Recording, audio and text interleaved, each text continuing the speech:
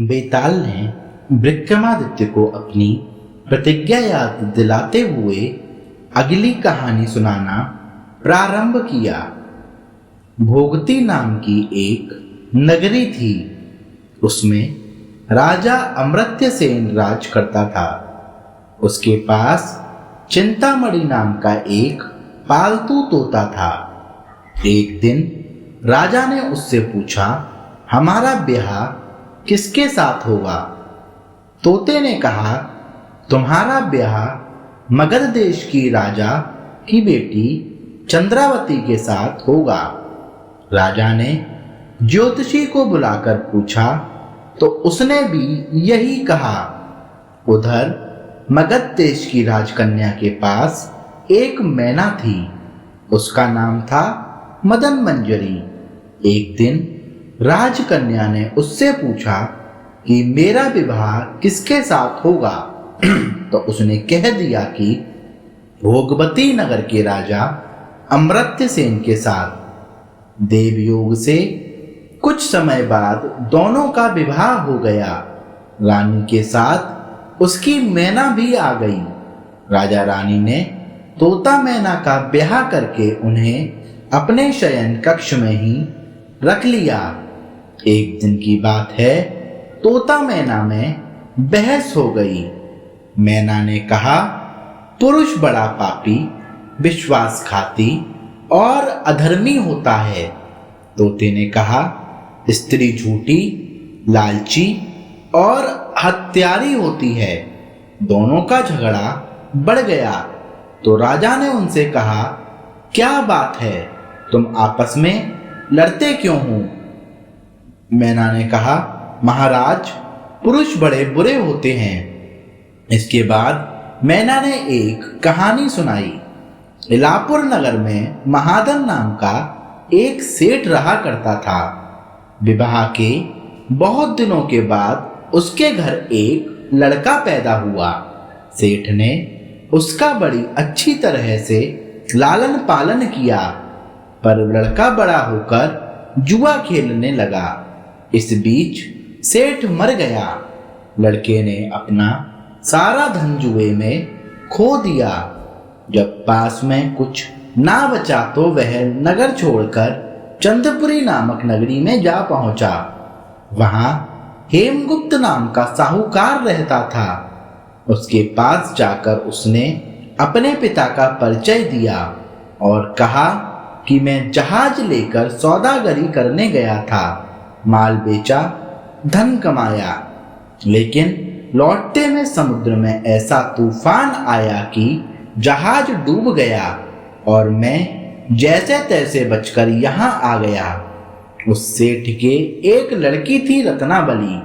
सेठ को बड़ी खुशी हुई कि घर बैठे इतना अच्छा लड़का मिल गया।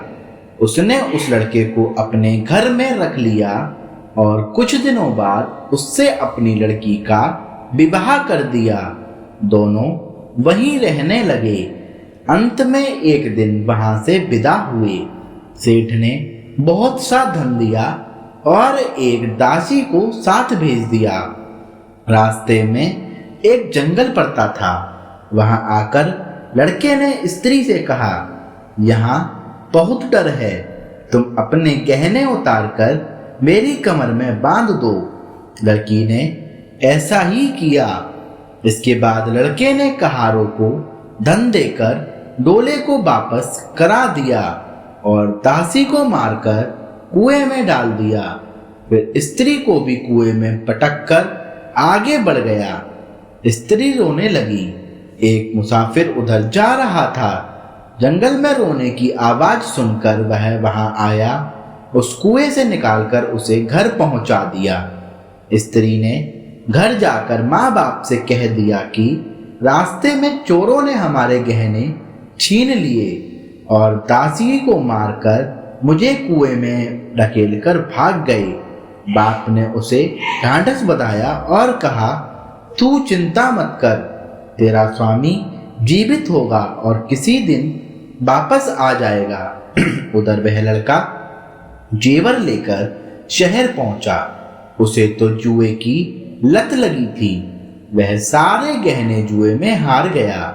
उसकी बहुत बुरी हालत हुई तो वह यह बहाना बनाकर उसे लड़का हुआ है फिर अपनी ससुराल चला।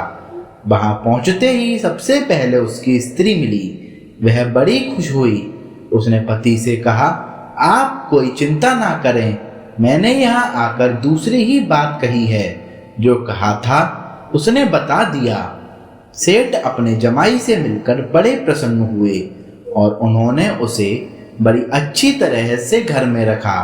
कुछ दिन बाद एक रोज जब लड़की गहने पहने सो रही थी, उसने चुपचाप छुरी से उसे मार डाला और उसके गहने लेकर चंपत हो गया। माना बोली, महाराज ये सब मैंने अपनी आंखों से देखा। ऐसा पापी होता है पुरुष। राजा ने तोते से कहा, अब तुम बताओ कि स्त्री क्यों बुरी होती है। इस पर तोते ने एक कहानी सुनाई। कंचनपुर में सागरदत्त नाम का एक सेठ रहता था। उसके श्रीदत्त नाम का एक लड़का था। वहां से कुछ दूर पर एक और नगर था, श्री विजयपुर। उसमें सोमदत्त नाम का सेठ रहता था। उसके एक लड़की थी, जयश्री। वह श्रीदत्त को ब्याही थी। ब्याह के बाद श्रीदत्त व्यापार करने परदेश चला गया। 12 बरस हो गए और वह न आया तो जयश्री व्याकुल होने लगी। एक दिन वह अपनी अटारी पर खड़ी थी कि एक आदमी उसे दिखाई दिया। उसे देखते ही वह उस पर मोहित हो गई। उसने अब से अपनी सखी के घर बुलवा लिया। रात होते ही वह सखी के घर चली जाती और रात भर वहां रहकर दिन निकलने से पहले लौट आती। इस तरह बहुत दिन बीत गए। इसी बीच एक दिन उसका पति परदेश से लौट आया। स्त्री बड़ी दुखी हुई, अब वह क्या करे। पति हारा थका था। जल्दी ही उसकी आंख लग गई और स्त्री उठकर अपने दोस्त के पास चल दी। रास्ते में एक चोर खड़ा था। वह चोर कौतूहलवश देखने लगा कि स्त्री कहाँ जाती है।